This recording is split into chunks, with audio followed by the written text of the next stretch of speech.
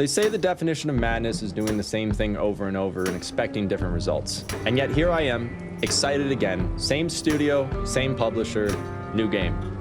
I've seen what happens when potential gets wasted, when bugs get ignored, when communities get gaslit. But Arc Raiders, it has that spark, that raw promise, and while I want to believe, I've learned to be skeptical. So today I want to talk about what makes Arc Raiders look incredible, and why I'm worried that history might repeat itself. First off, let's not mistake my caution for cynicism. Arc Raiders looks like a delightful dish served hot from the dev's kitchen, seasoned with spectacle and spiced with style. Let's talk about the AI, or the Arc. This isn't your standard walk forward and shoot programming. Embark actually trained their bots using self-learning techniques. They ran simulations over and over until the AI figured out how to move in ways that feel natural, responsive, and unpredictable.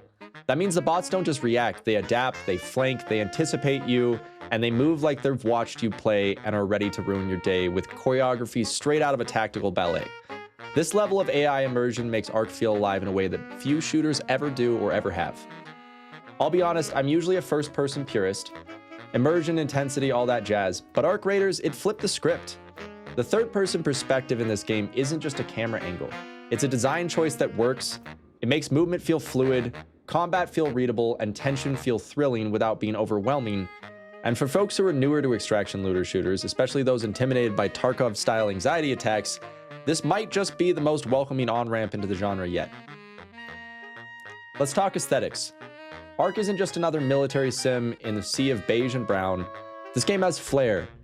Retro-futurist, chrome-dusted, diesel-punk-flavored flair. And don't even get me started on the late-game speculation. I saw a recent video that floated a theory that after the timer hit 0 in Arc Raiders, it might not just be an extract or die situation. There could be a second act, a final PvE showdown against massive Arc bosses. The idea is that the asteroid impacts we've seen are more than just environmental set dressing. They could signal a world event, a cleansing mechanic that's meant to wipe the board of unchecked power. If that's true, that's brilliant. It means that high-tier players would be incentivized to stay until the very end, risk their exotic gear, take on world bosses, and potentially lose everything to PvE. With fewer players left on the map, this means that loot might not even get extracted, meaning that the system itself reclaims the gear, keeping the economy balanced without resorting to awkward nerfs or resets. It's a self-regulating loot loop, risk, reward, and ruin, all baked into the game world, and if Arc actually pulls that off, it could be the first extraction looter shooter that truly nails gear economy longevity without turning the endgame into a loot hoarder's paradise. Map variants are another cherry on top. With lush blooms that let you collect fruits and veggies in abundance, and night raids with higher loot rewards and increased risk. If they nail the world design, Arc could be the first extraction looter shooter where the map itself is a character in your story. And on the wish list front, what I really want, what the Cycle Frontier actually nailed, is a true social hub, a walkable station where you can wander between faction reps, poke around shops, bump into other players, and feel like you're part of the living, breathing world before you ever drop into danger. In Cycle, there was no matchmaking lobbies, you just dropped into a 6-hour persistent instance that used Storm to reset loot tables. No fuss, no loading screen, it felt fluid, immersive, and real.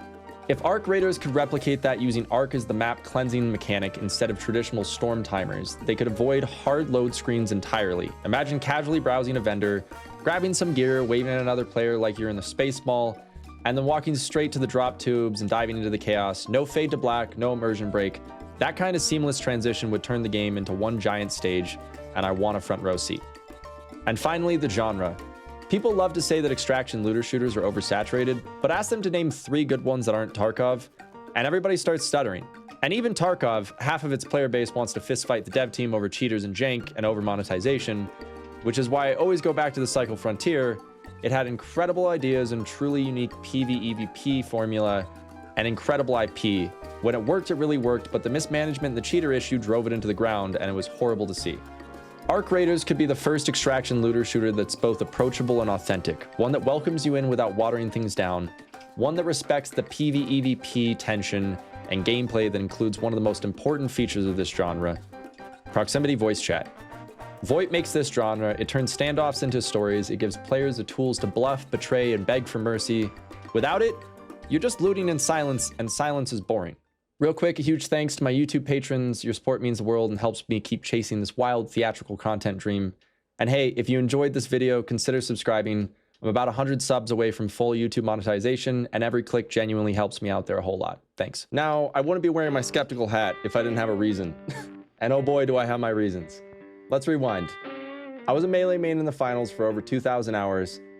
I played since Season 1, Week 1 of Season 1. I ran the second longest subathon in the game's Twitch category. I've sent feedback. I've made guides. I have the most viewed weapon guide for the game on YouTube. I tested weapons tech like a mad scientist in a lab made for Melee. I managed to acquire direct communication with a dev team, submitted formal reports, highlighted bugs, and you know what the response was when Melee attack stopped working properly? In this last patch, they said we were standing too far away and that it was a depth perception issue, as if every Melee main in the game suddenly forgot how eyeballs worked and the community bug testing reports meant nothing. And it hasn't stopped. Patch after patch, Melee gets brushed aside. Hit registration issues, broken tracking, inconsistent damage values, they're still there. And every update is another slapstick pratfall for the Melee community. I'm still here, still hoping, still watching each patch roll out like a new act in a tragedy that just won't end. And right now in the middle of all that came the Arc Raiders countdown. So when Arc Raiders launched a countdown timer and it led to a 5-month countdown instead of another playtest or an open beta, yeah, I felt a familiar twinge of, wait a minute. It was the finals all over again. The studio hype, the machine rev to full throttle, and then sputtered out with no substance behind it. And here's the real kicker. This didn't happen in isolation. Within the span of a single week, Embark didn't just pull the rug out from under Arc Raiders fans. They yanked the whole carpet out from under the Melee mains in the finals too. After Melee got gutted in patch 6.9, we were given breadcrumbs, vague dev replies, some subtle winks and teaser posts, all pointing towards Season 7 being a turnaround. Just hang in there, they implied. Season 7 will make it right. And then Season 7 dropped, and they nerfed Melee again. So there I was, expecting 2 games to breathe life into my channel, my content, and honestly my enjoyment as a gamer. One was supposed to launch a new adventure, and the other was supposed to fix the part of a game that I love the most. But in the span of 1 week, both told me to get excited, and both left me staring at a screen like a clown without a circus. That's not just disappointing, it's demoralizing. Embark is a studio full of talent, and I'll never question that, but talent means nothing if you don't listen. And right now it feels like they're not listening to any of the players who care the most. They're only focusing on the ranked side of the game, while the casual players have always been the bread and butter of the finals. And now as somebody who has over 2,000 hours on the finals, 2,000 hours interacting with a game run by Nexon and Embark, I've got some questions and some worries and concerns about Arc Raiders. Will they fix the core systems if they break, or are they just going to spin it into a feature like they've done with Melee? Will there be solid anti-cheat, or will it be forced to extract under a rain of ESP headshotting ghosts, like what I've experienced in games like the Cycle Frontier, or certain seasons of the finals?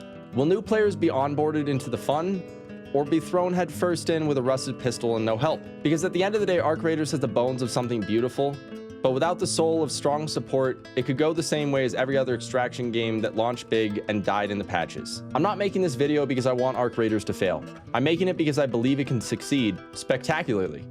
Because this genre needs a win, the players need something new, and honestly, I need something to believe in again.